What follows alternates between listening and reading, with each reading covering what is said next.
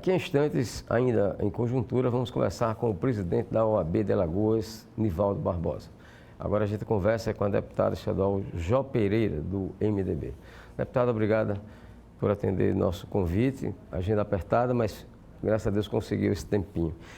Temos alguns temas aqui a abordar, como por exemplo os projetos da senhora no sentido de desburocratizar a produção e comercialização de alimentos artesanais em Alagoas.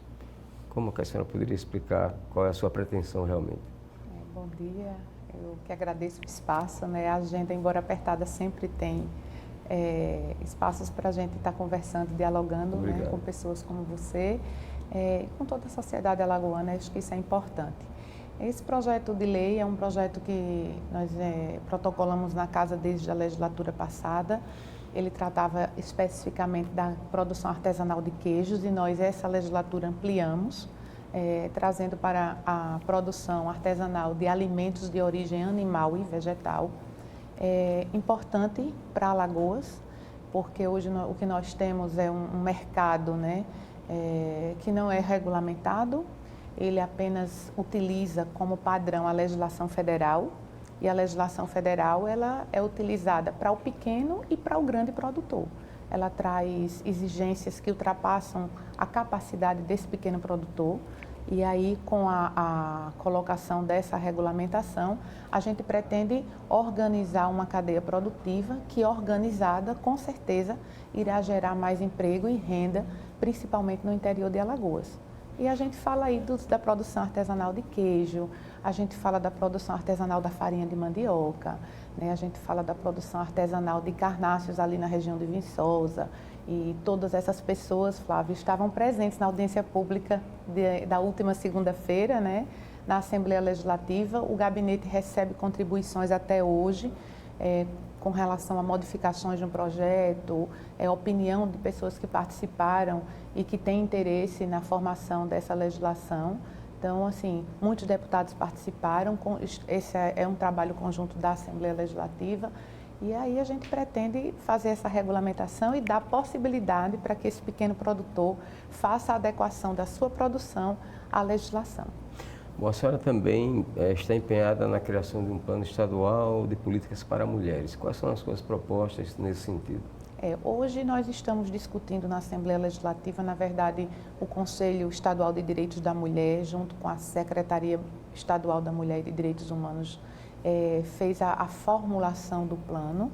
Eu participei enquanto palestrante, enquanto voz, com relação ao empoderamento feminino, o empoderamento da mulher, não só na política, mas nos diversos cargos de decisão. E nós hoje estamos validando as propostas construídas conjuntamente com muitas mulheres naquela oportunidade.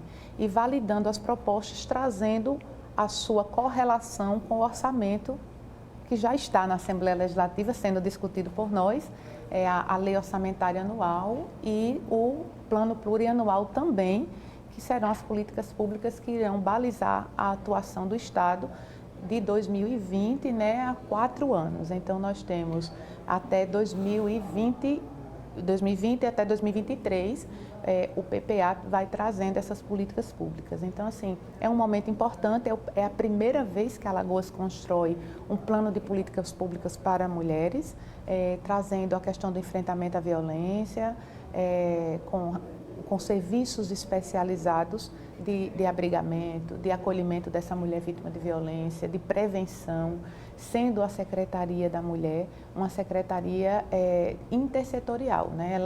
Ela tem como a maior missão dela, na verdade, não é executar políticas públicas diretamente, mas fazer a transversalidade e a intersetorialidade das políticas de enfrentamento à violência, de empoderamento da mulher, de acesso da mulher ao mercado de trabalho com as demais secretarias de Estado. Bem, o governador Renan Filho tem sido criticado por falta de ações assim, mais concretas, mais efetivas na área de saúde, né? Inclusive tem até devolvido recursos para o governo federal por falta de aplicação por parte do Estado. Mas nesse final de semana ele inaugurou um hospital da mulher. E eu pergunto se isso significaria, na sua avaliação, uma sequência, o início de uma sequência de ações nessa área. Nós não podemos negar que nós vamos ter ampliação de leitos, né? São 127 novos leitos no Hospital da Mulher, direcionados ao atendimento da mulher, principalmente no momento de muita emoção, de importância na vida da maioria das mulheres, que é o momento que ela dá à luz, né? O momento do parto. É um hospital dedicado, eu consideraria inclusive uma ampliação dos serviços da Maternidade Santa Mônica, que já presta um serviço com relação ao parto de alto risco, né? E aí a gente tem o risco habitual dentro do Hospital da Mulher e junto com esse atendimento, alguns outros serviços estão sendo colocados. Como é o serviço, o atendimento, a rede de atendimento à mulher vítima de violência vai estar presente lá. Também estamos intensificando, e isso foi fruto de 2 audiências públicas que incansavelmente nós pontuamos a necessidade de trazer a prevenção do câncer de mama, do câncer de colo uterino para dentro do Hospital da Mulher, porque na minha concepção, na concepção de muitas alagoanas, não faz sentido você falar de um Hospital da Mulher sem considerar um dos maiores problemas de saúde, que é o acometimento do câncer. Mulheres morrem de câncer de mama quando ele é altamente prevenível, né, com alto índice de cura, desde que ele seja diagnosticado recentemente.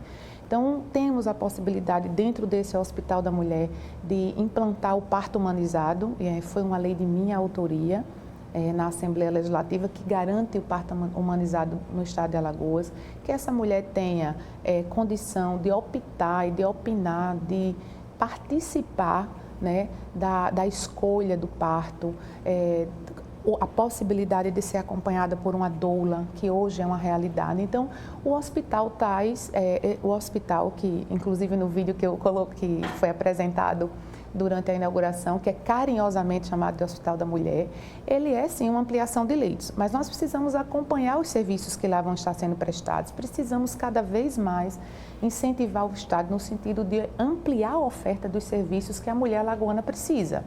Então, esse é a nossa luta a partir de agora, né? Então, nós não podemos, e aí tem a questão da Uncisal, que ele precisa atender, né? O hospital ele foi construído no CNPJ da Uncisal, a Uncisal precisa daquele equipamento como espaço acadêmico para a formação de novos profissionais. Então, tudo isso a gente tem que estar observando, né? Apenas a estrutura física foi entregue à sociedade alagoana. Agora vem o mais importante para todos nós, mulheres, homens, né, para todo mundo, que é a oferta dos serviços. E essa oferta de serviços, ela precisa ser acompanhada pelo Executivo, pelo Legislativo, pelo Ministério Público, pelo Poder Judiciário, para que efetivamente a sociedade alagoana, as pessoas alagoanas e alagoanas sejam atendidos com aquilo que mais é necessário no seu dia a dia, né? E na minha concepção, isso passa pelo atendimento à mulher no que tange a, primeiro, prevenção, né, diagnóstico precoce do câncer de mama, do câncer de colo uterino. Depois, pelo planejamento familiar, a gente precisa fazer a oferta da implantação de DIU dentro do hospital, Flávio. Eu tenho números da última audiência pública que nós fizemos, 28% das crianças nascidas em Alagoas são filhas de mães adolescentes. Então, assim, são crianças, adolescentes, né, gerando crianças. Então, nós precisamos efetivamente montar uma política de prevenção de gravidez na adolescência, precisamos enfrentar a violência que a mulher sofre diariamente, para que a gente, então, enfrentando as pequenas violências, nós possamos combater o feminicídio, né? A gente não pode dizer que combate o feminicídio por si só. O feminicídio é fruto de um conjunto de pequenas violências, então a gente precisa prevenir essas pequenas violências, e isso com o funcionamento da rede de atenção à mulher vítima de violência sexual, que vai ser implantado dentro do hospital, a gente vai estar acompanhando, para então finalmente dizer que o hospital é um avanço. Outra coisa, a senhora tem demonstrado muita preocupação nos seus pronunciamentos, em algumas ações suas, no que diz respeito ao uso de recursos do FECOEP. A resposta tem sido à altura das suas pretensões? A resposta... por parte do governo? Bom, a primeira resposta que eu gostaria, né, que viesse por parte do governo do Estado era no sentido de construirmos conjuntamente o Plano Estadual de Combate à Extrema Pobreza. Infelizmente, nós não temos, a previsão legislativa é desde 2004, Então, já são 15 anos que o FECOEP atua sem a existência de um plano.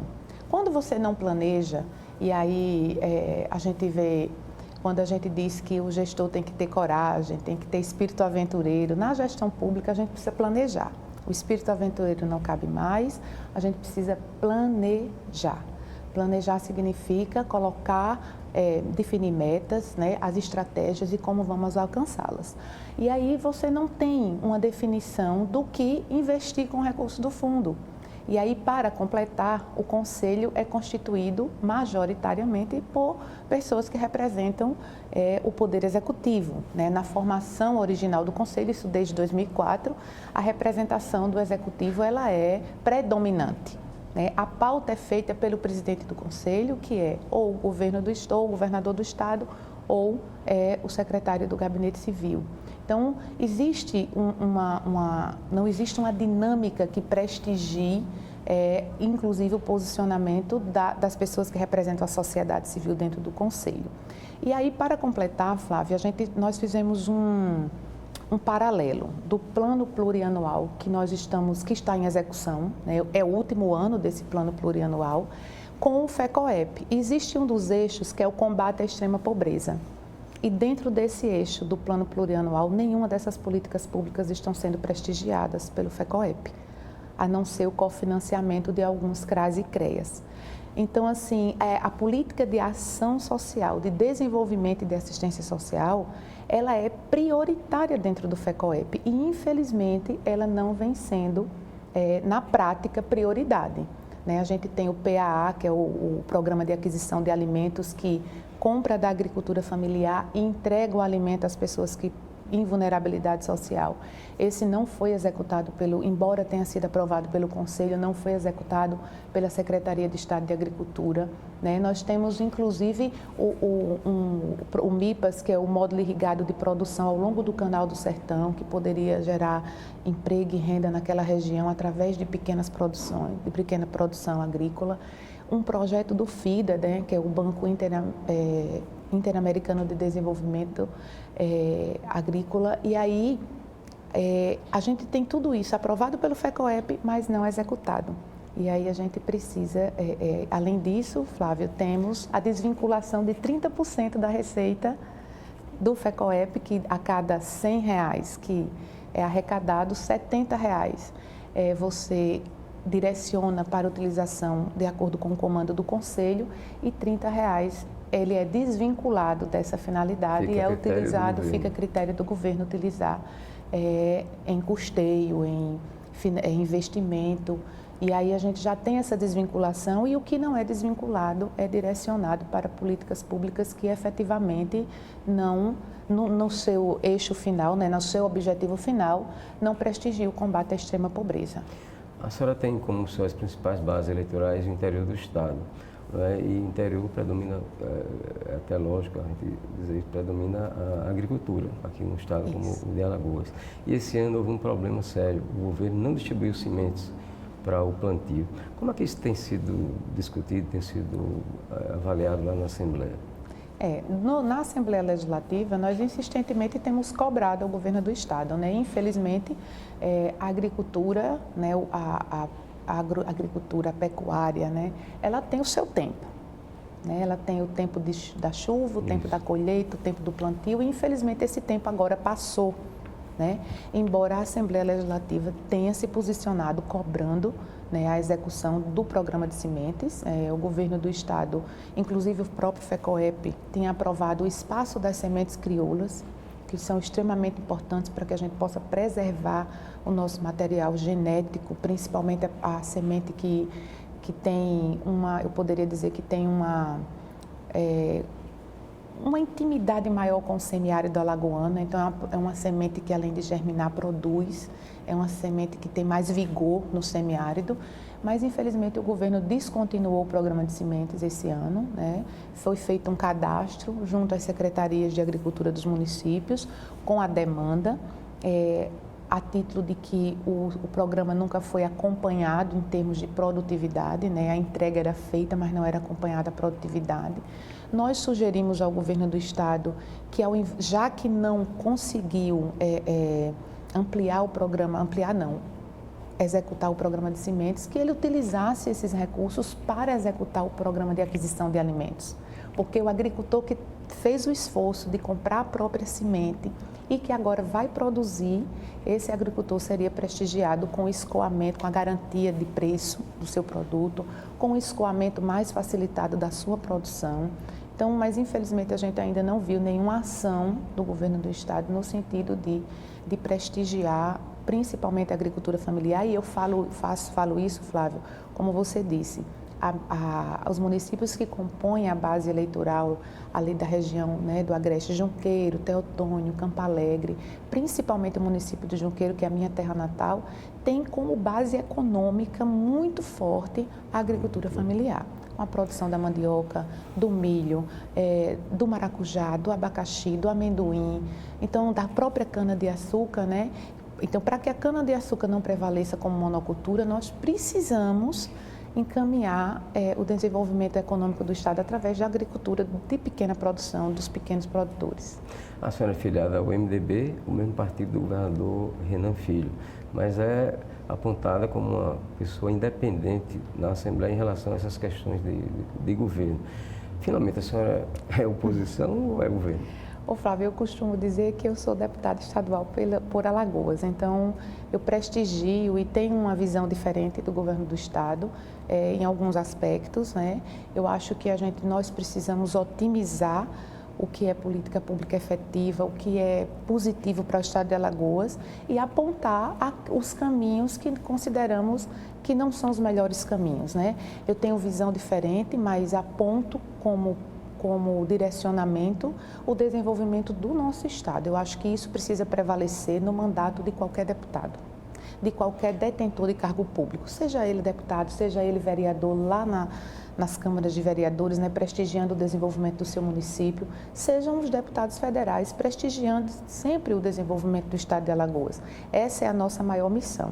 Se nós, enquanto detentores de cargos públicos, não pudermos levantar a nossa voz, né, e apontar aquilo que nós consideramos, e principalmente, Flávio, quando a gente ouve a voz das ruas, quando a gente dialoga com as pessoas, né, e prestigia a opinião, analisa e tenta balizar as ações de governo para que elas deem certo. A finalidade maior é que Alagoas dê um passo no sentido de desmontar palanques, né?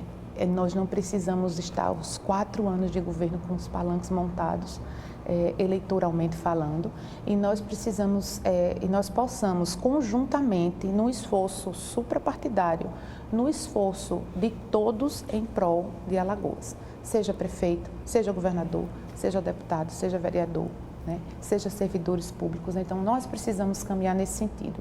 O período administrativo ele dura 4 anos. O período eleitoral agora, 45 dias. Bom, a senhora tem tido uma postura bastante elogiada na Assembleia, né, nesse seu segundo mandato já, e, além disso, integra uma família de grande densidade do ponto de vista político.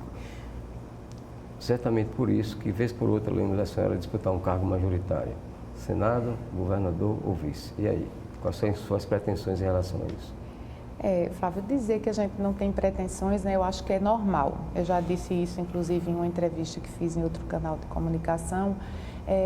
Um deputado estadual, ele almeja ser um deputado federal, ele almeja ser um senador da República. Nós tivemos na casa o exemplo do deputado Rodrigo Cunha, que hoje é senador por Alagoas, mas são instâncias de participação diferentes, né? Então, como deputado federal, você consegue contribuir muito mais com Alagoas. Como senador, muito mais, porque o Senado é um cargo majoritário, né? É uma eleição majoritária que contribui, que pensa os estados, inclusive levando em pé de igualdade todos os estados da Federação Brasileira, né? E como governador, você consegue elaborar e consegue colocar em prática tudo aquilo que você entende como prioridade no formato de política pública, né? Tem a vantagem de então, pensar e executar, né? Essa é a vantagem. Assim como tem um prefeito de um município, né? Tem um governador do estado. Então, o que é importante é que isso não seja um projeto de cada um. né? E é importante que isso seja um projeto de muitas pessoas. Então, se a gente consegue incentivar e motivar muitas pessoas em prol de um projeto, de um pensamento, eu acho isso extremamente positivo. E sempre vou estar à disposição de Alagoas, seja para qualquer um desses cargos. Mas hoje eu costumo dizer que exerço e me esforço para exercer o cargo de deputado estadual e tirar desta representação o melhor que eu possa para o estado de Alagoas. Tá, muito obrigado à deputada Jo Pereira, do MDB, pela sua presença aqui nesta edição de Conjuntura. Vamos ao intervalo. Na volta a gente conversa com o presidente da OAB, Nivaldo Barbosa.